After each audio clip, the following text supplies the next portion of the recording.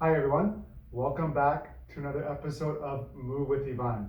In today's episode, I want to continue our discussion on stretching and the effects that stretching can have on our bodies.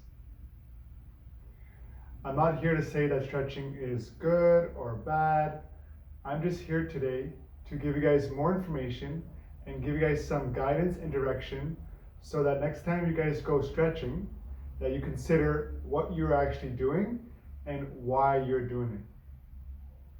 Like I mentioned before, prior to stretching or increasing range of motion of a joint, we have to consider how much range is needed. For instance, how much hip flexion do I need? How much shoulder flexion do I need? I don't really know unless I have some context. So looking at my daily tasks of active living, if I want to grab that box off the floor, how much hip flexion do I need to grab it properly without having my back compensate or curve? Another example could be grabbing a book off a shelf. How much shoulder flexion do I need without compensating my back? So those kind of things I should be asking and looking at my overall daily tasks and how I look and how much range do I actually need. Keep in mind, muscles move joints. They are the producers of motion. And if a muscle is too stiff, it doesn't allow a natural range of motion to happen. For example, my elbow, if I can't properly extend, my bicep is too stiff, I can't go through its natural range of motion, and I might be limited in doing certain things.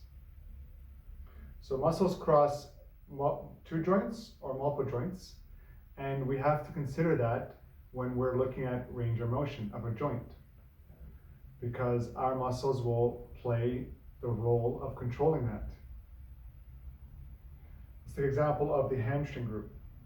So if I want to improve my hip flexion and I notice my hamstring is very stiff, I might have to look at passively stretching my hamstrings. But I have to keep in mind the muscle crosses two joints, so the knee and the hip.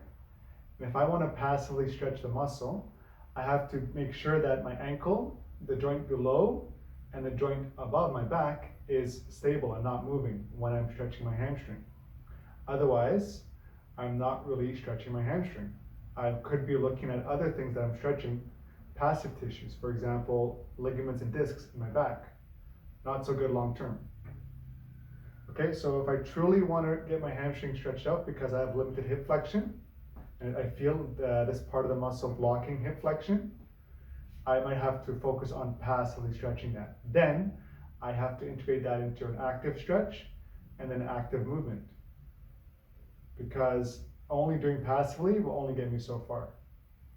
Lifting that box off the floor is a very active movement, so I have to use that new passive range that I potentially have achieved through an active range and then integrating that into an active motion. So keep that in mind next time you are stretching your hamstrings. What am I actually stretching? Okay? Also, being super flexible isn't always advantageous. Doesn't always prevent injuries and improve performance. For instance, from an injury perspective, being stiff actually keeps joints more stable.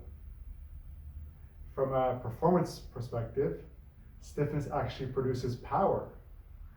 Again, advantageous from a sports perspective. So don't always think that being flexible and stiffness is bad and I don't want it. Don't think that. I'll give an example here. Picture this as your muscle. We have a band and a coat hanger.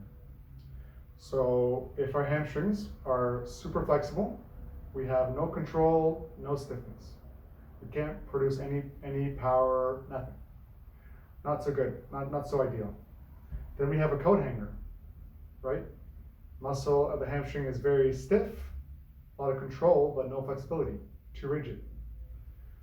Maybe also not so good. So I think a right medium between the two gives us a chance to really do well and hopefully not be as stiff as this and not as flexible as this. Somewhere in between. All right? I also hear people always say, oh, I want to be more flexible. I want to be able to touch my toes. I'm always stiff in my body. And when they always say and point to the body where they're stiff is usually their lower back and their upper back. And that's not usually because of inflexibility. That's usually because they're always on, always working. For example, if you're sitting on a desk all day long, hunched over for 6 to 8 hours a day, they are constantly firing. Your back is constantly working. It is exhausted. And by you further stretching it, you're going to cause more inflammation and more damage. So the best thing for you is actually rest and recovery, and actually maybe change positions at work every so often, so that you're not constantly firing your upper back and lower back. Give it a chance to rest, move around, have a different position. So simple things you can do to avoid stiffness and pain in your upper back and lower back. So keep that in mind next time you are feeling those areas. So next time you guys go stretch, think about, what are you actually stretching? What am I actually trying to change or improve? And what is the reason for it? Do I actually have a reason to improve that area, that joint? Because the muscle is too stiff, or it's flexible enough. I have to look at that and look at the options. Okay? And maybe your goal shouldn't be just to, I want to be able to touch my toes, I want to do this crazy stretch. You should think more along the lines of, how can I pick up that box with sufficient hip flexion without compensating my lower back? Or how can I get that book off the shelf with sufficient shoulder flexion without having my back bend to the side? So those are the questions you should be asking yourself. All right, guys? I hope this information was very informative. Thank you for tuning in, and I'll see you guys next time. Ciao for now.